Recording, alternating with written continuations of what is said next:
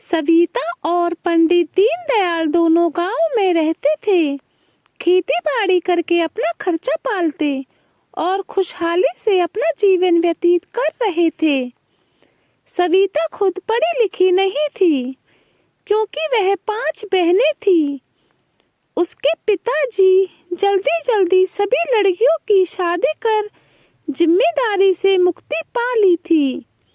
सविता जब ससुराल आई तो बहुत पढ़ने की इच्छा करने लगी, लेकिन तब नए घर की जिम्मेदारी और भी साल के अंदर ही एक बेटी तो उसकी देखभाल में ही जीवन कटने लगा।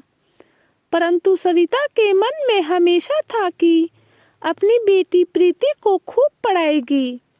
पंडित दीनदयाल से उसने पहले ही कह दिया था, देखो जी, मेरी प्रीति को शहर भेजकर खूब पढ़ाऊंगी, कोई कमी नहीं होने दीजिएगा। हाँ, पहले से बताए दे रही हूँ मैं आपको। पंडित दीनदयाल भी अपनी कमाई जोड़ जोड़ के बेटियों को शहर भेज ही दिए। सविता की खुशी की ठिकाना ही नहीं रहा। उसका सपना अब उसकी बेटी जो पूरा करने जा रही थी। आज बेटी को गए पूरा 8 महीना हो गया है। आज उसका जन्मदिन है। दोनों ने विचार किया और पहुंच गए अपनी बेटी के शहर। उसके हॉस्टल। दरवाजे की घंटे की आवाज़ सुनकर बिटिया प्रीति, जो कि शहर में अपनी सहेलियों के साथ कन्या छात्रावास में रहती थी, बिटिया ने दरवाजा खोला और अपनी माँ को यूं देखकर वह चौंक गई। लेकिन प्रीति खुशी की बजाय उसकी आंखों से क्रोध की चिंगारियां बरसने लगी। प्रीति, क्या माँ, बिना बताए कोई आता है क्या? दरवाजे से अंदर भी आने को नहीं कहा प्रीति ने और पैर पटकती हुई अपने कमरे में चली गई। चूंकि कन्या छात्रावास था तो पिता तो रूम में आने की इजाजत नहीं थी, पर मन मारकर सविता अंदर कमरे में आ ही गई।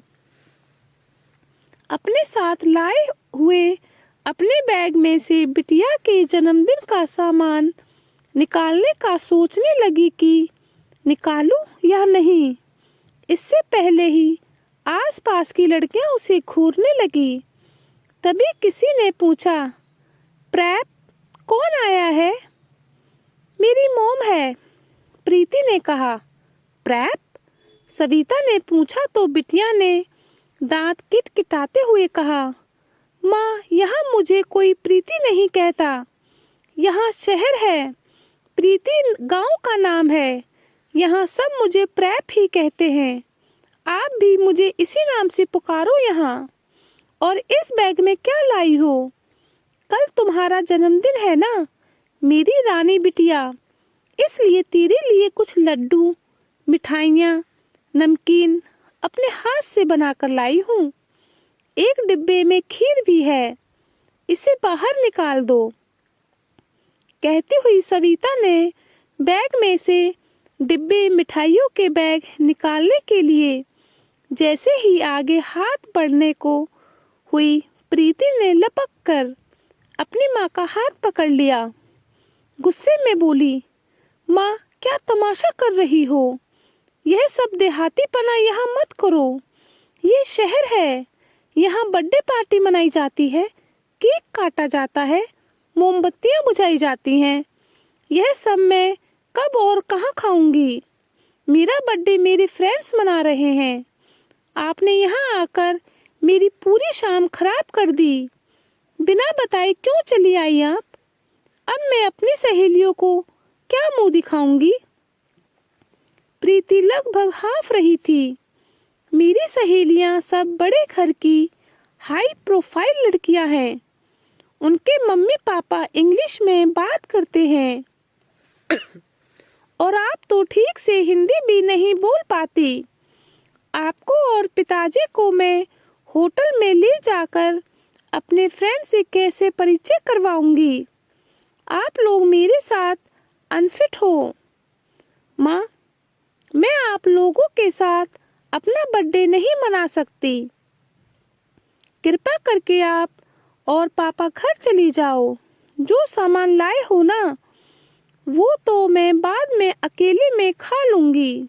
नहीं खा पाई जो बच जाएगा मैं किसी को दे दूंगी, पर मैं पार्टी में आप लोगों को अपने साथ नहीं ले जा सकती, समझो माँ। प्रीति ने जाने क्या क्या कहते चली गई और सविता अपने देखे हुए सपनों को अपने आंखों के आंसू के रूप में बहते हुए देख रही थी। चुपचाप अपनी बेटी को ही देखे जा रही थी। बेटी के हॉस्टल में आके उसके साथ जन्मदिन मनाने का उसके पापा का सपना 1 साल पहले से था। पंडित दीनदयाल किसान थे, पर बेटी को उन्होंने शहर में पढ़ने के लिए इसलिए भेजा था ताकि बेटी पढ़ लिख कर समाज के सामने एक काबिल और संस्कारवान होकर समाज के साथ कदम से कदम मिलाकर चल सके। उन्हीं की इच्छा से आज दोनों पति पत्नी अपनी बेटी के जन्मदिन मनाने के लिए शहर आए थे।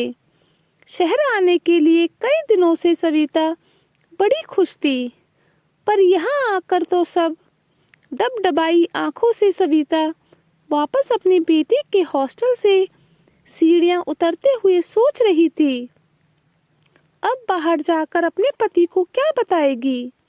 गेट के बाहर खड़े हुए टहलते हुए पंडित दीनदयाल ने पूछा, कहाँ रह गई थी तुम, और रानी बिटिया कहाँ है? कौन, प्रीति या प्रैप? सविता ने व्यंग से कहा। प्रीति नहीं जी, प्रैप बोलिए। वो अपना जन्मदिन इस वर्ष नहीं मना रही है। पंडित दीनदयाल ने पूछा, क्यों? तो सविता ने बहाने बनाते हुए कहा, हमारी बेटी जन्मदिन नहीं बर्थडे मना रही है। वो अब प्रैप है, खीर पूरी नहीं खाती, पिज्जा बर्गर खाती है। हमारी मिठाइयाँ उसे अब नहीं भाती। शहर के शक्कर हमारी गुड़ पर भारी पड़ गए हैं जी। चलिए चलते हैं। तुमने अपना आशीर्वाद तो दे दिया ना? प्रीति के पिता ने कहा। सविता ने गहरी सांस लेकर कहा, नहीं, उसका भी यहाँ रिवाज नहीं है। और सविता अपनी ममता को दबाकर पति को लेकर आगे बढ़ गई और सोचते हुए मन ही मन प्रतिज्ञा करती भी जा रही थी कि अपनी आंखों से देखे गए सपने किसी से पूरा होने की उम्मीद अब नहीं लगाएगी, चाहे वह अपनी औलाद ही क्यों ना हो। आज सविता बहुत रोई, जितना अपनी आंखों से उसने सपना देखा था, रो रो कर आज उसको पूरा बहा रही थी। दोस्तों, अगर आपको कहानी अच्छी लगी हो तो लाइक करें, सब्सक्राइब करें, कमेंट्स करें, शेयर करें। Thank you.